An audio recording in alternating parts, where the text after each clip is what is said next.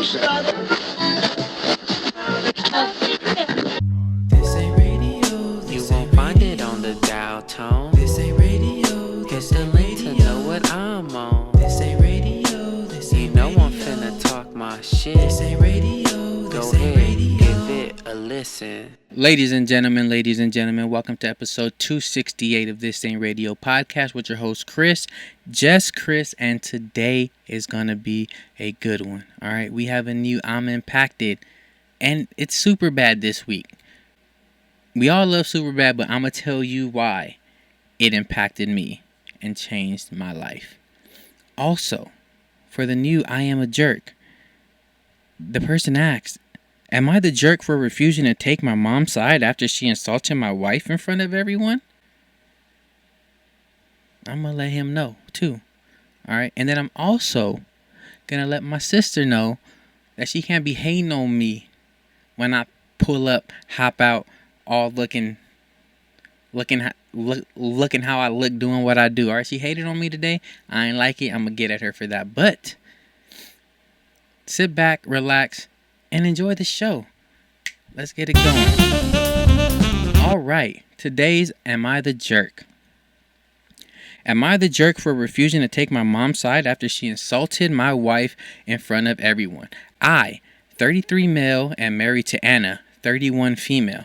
We hosted my mom, 58 female. Very important to note that his mom is a female. All right, it's 2025. They could be whatever they want to be, but she is a female. And we hosted my mom and extended family for dinner. Out of nowhere, my mom said to Anna, "You're lucky my son settled for you. He used to date prettier girls." Everyone went dead silent. Anna excused herself to the bathroom, clearly upset.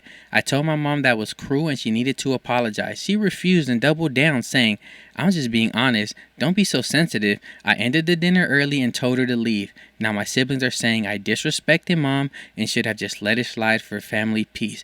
Am I the jerk for standing up for my wife instead of smoothing things over? First of all, your peace is going to be with your wife at home. All right, so if she ain't happy, there is no peace. All right, they just want to be able to do what they want, say what they want, and act like it's no big deal. All right, no, you are not the jerk for checking your moms. All right, sometimes moms need to get checked. You love your mom, that's cool. You can love her. That don't mean she's always right and she's allowed to do and say what you want, especially in your house to your wife. Mom was wrong. That's cool that you checked her. All right, her other kids might be some punks and thinks that she could say whatever they want. You know what? Next time you go to your siblings' house, talk shit about they people, they husbands or wives, and then see how they take it. All right, and then, but family peace, right? Just let it go, let it slide. Family peace. They ain't gonna like it. All right, look, you did the right thing. All right, you protected the woman you chose to build a life with, to start your family with. All right, and if your mom can't respect her because this is the woman you chose, bare minimum, nah, you right. Kick her out every time. All right, especially if she ain't trying to make it right. You told her that she needs to pause. She said no. Yeah, dinner's over. You gotta go. You don't want to fix it now. You can't stay here. This is her house. You can't disrespect her in her house and think you can just stay and finish eating the food she probably cooked. You can't do that. All right, you wrong, Mom. You wrong. You wrong. And your siblings need to get beat down. Squabble them up. Because they just think like, nah, that's not cool. And if they must be children, like under the age of 20, if they think moms could just talk to whoever. They must not have no one in their life that they care about, that they want to live, they want to share their life with. Wrong. If my mom did that shit, tell my girl to squabble her up.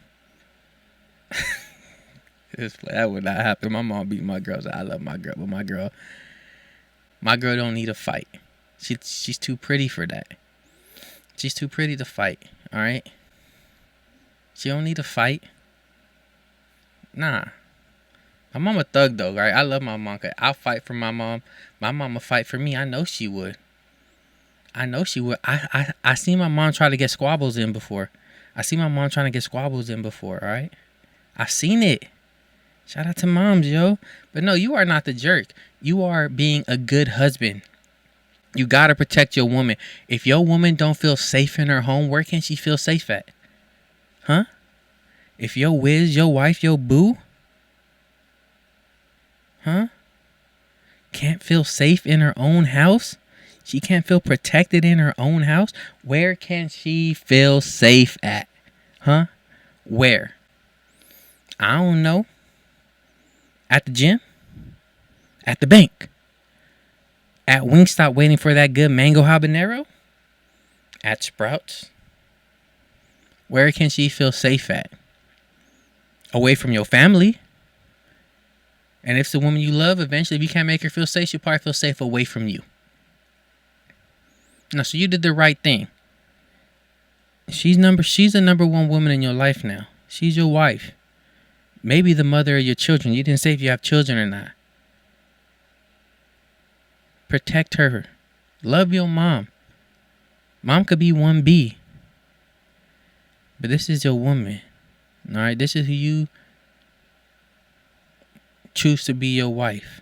Protect her. Especially in her own home. You did nothing wrong. You are not the jerk. Your brothers and sisters are punk bitches for saying all that. Because there ain't no peace. There ain't no family peace if your wife is hurt. And that don't get fixed. Family. She's your family. So if she's not at peace, where's the peace? Y'all ain't at peace. Y'all just want to get away with saying what y'all want because y'all want to finish eating. Nah. Shit is over. Alright, and no, y'all can't get shit to go. Get the fuck out my house. We'll holler later. I love y'all, but fuck you right now, cause y'all tripping. Mom, not you, but my sibling. Fuck y'all. Mom, I love you. You're so fucking wrong, though. You're so wrong. You are so wrong. And you know better. You know better. You raised me. And now you acting like this? You acting like you ain't got no home training and manners? Yeah. You ain't the jerk, bruh. You did what you were supposed to do. You are right 110%. Good for you. Good for you. And now, I'm impacted. Alright?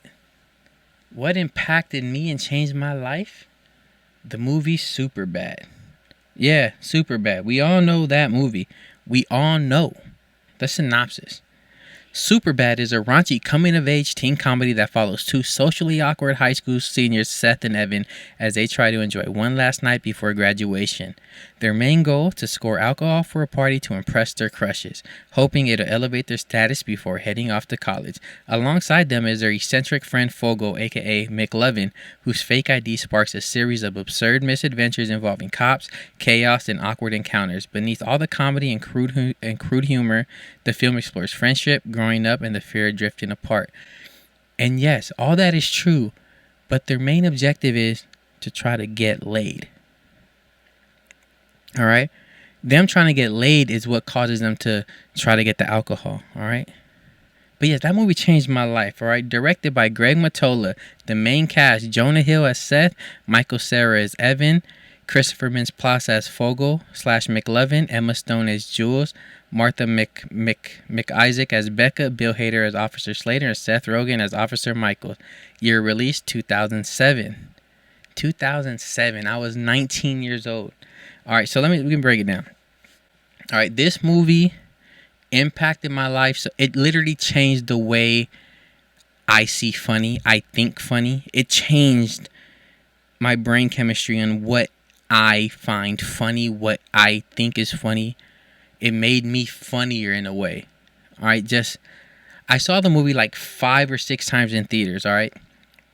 So hear me out. So I remember the movie came out, I saw it a couple times, and then me and the homies, we ended up going to the movies again, but to watch I Now Pronounce You Chuck and Larry, right? So I remember we're in there, and I did not want to watch it because Superbad was about to start in another theater, and I was like, nah, I'm gonna watch Superbad. Superbad is fucking, that's my kind of humor. Like, I always had a good sense of humor. I always was kind of funny, had my moments, but this shit, like, it expanded what funny is. It took it to another level.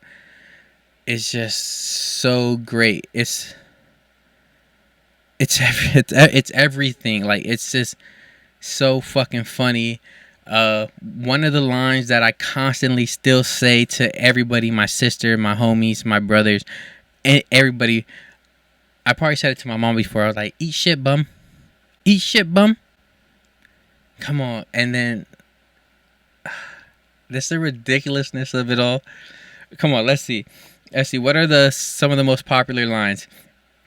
Of course, where they're getting on Fogel about his fake ID and why he chose McLovin and not a regular name. And then Fogel was like, "Well, it was either that or Muhammad." And they were like, "Why the fuck would you choose Muhammad?" He was like, "Muhammad's one of the most commonly used names in the world. Read a fucking book for once." And then he was like, "Do you know anyone named fucking Muhammad?" When Becca was like, "Well, you scratch our back, we'll scratch yours." And Seth is like, "Whoa, Becca, the funny thing about my back is it's located on my cock." Yo, I love this fuck. It's just too fucking funny. And then McLovin? What kind of stupid name is that, Fogel? Just great lines. You know when you hear girls say, "Oh man, I was so shit-faced last night, I shouldn't have fucked that guy." We could be that mistake. Great lines, great lines, great lines. And you know they also filmed the school part was filmed in El Segundo, at El Segundo High. I don't like... You have to have a great... Like, I think... I never ran across no one who doesn't like that movie. At bare minimum, they like it, right? But, like, I know more people who love that movie than just, like that movie. All right, that movie is a masterpiece. So well written. Seth Rogen and his writing partner. Why am I drawing a blank on his fucking name? Oh my gosh, Evan something, right? They literally use their names. Evan Goldberg. All right. So Evan Goldberg and Seth, they wrote the movie. They started writing it when they were like 13 or 14 years old. All right, so they've been writing it since they were kids, and then execution, blah. They originally wrote it hoping that they could play themselves, but of course they aged out. So, but they cast it perfectly. They cast it fucking perfectly. Michael Cera, when he gets locked in the room when they're at the party and they make him sing, you sing good, you little songbird. And he's like, "These eyes are crying. These eyes have seen a lot of love, but they never seen another one like I have with you." Do do do do do do. Look, I love this movie. I wish I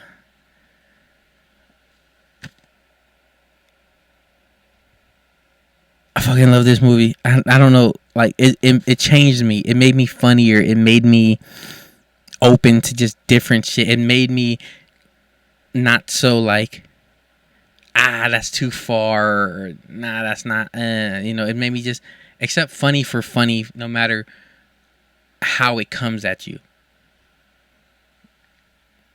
All right, it's funny because funny is funny, even if it's way too far, way not far enough. If you're funny, you're fucking funny. And that movie expanded my funny palette.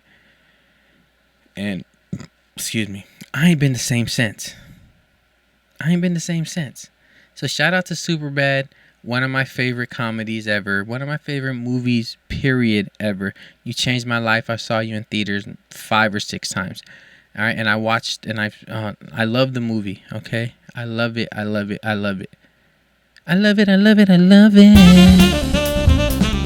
But now I got my quick hits, and my quick hit today is my hating ass sister Donna. Donna, you hater. All right, so before I recorded this podcast, I pulled up to my nephew's practice because now that I'm recording solo, I just set up in my little own space, and it don't take long, so I could record a little later. So I pull up to my nephew's practice, right? My sister's finally back, so she's taking her practice. I'm not taking my nephew no more, all right? Hold on, but before that, all right? my nephew basically for the last 5 weeks, my sister was out of state training for her job. All right, top secret, G14 classified on some shack shit. All right, training for her job. My nephew basically became my son. All right, taking him to school, up at 6 a.m. scrambling his punk ass some eggs, taking him to practice, washing his clothes. All right, buying him food, spending my hard-earned money on his punk ass. I love him so much. I did that, right? And for my sister, because I got my sister's back. And she would never be, and she would also never be okay with my mom telling her like, hey, I don't know why my son settled for you. He used to date hotter girls. Thank you, Mom, for thinking every girl that I did it was hot, but don't ever disrespect her like that. My sister wouldn't let that shit slide. All right, she'll call her out too on the bullshit.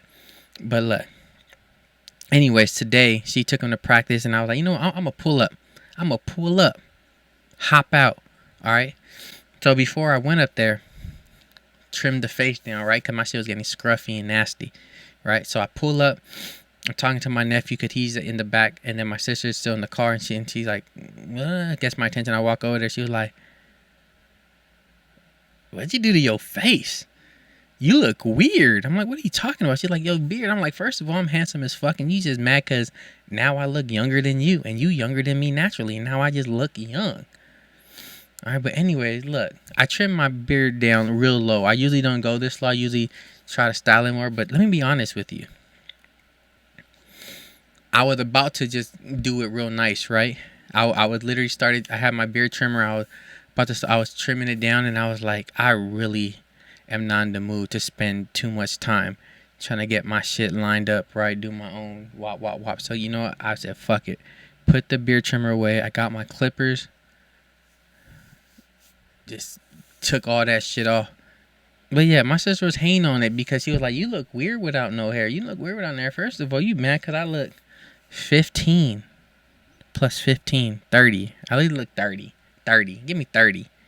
Which I would take. I look young. I look good for my age. Is all I'm saying. In real life. This is real life. Real look good for my age. A lot of y'all don't look good for your age. A lot of y'all look fucked up for your age. You ever met like a 20-year-old that looks like 30? Like, bro, what are you doing with your life? Drink water, homie. Drink water. Do something with your life. But anyways, look. My sister hated on me today because she's mad. Look, she be hating because she got a mustache. Hating ass sister, she's mad because she got a mustache. Fix your shit before you talk about my shit. Don't get at me like that after I just raised your son for 5 weeks. Okay, I scrambled his ass eggs at 6 o'clock in the morning. The best scrambled eggs he've ever had, alright? That's what I'm saying. Alright, but look. That's it. Episode 268. This Ain't Radio Podcast with your host, Chris. Just Chris. And until next week, y'all. Peace.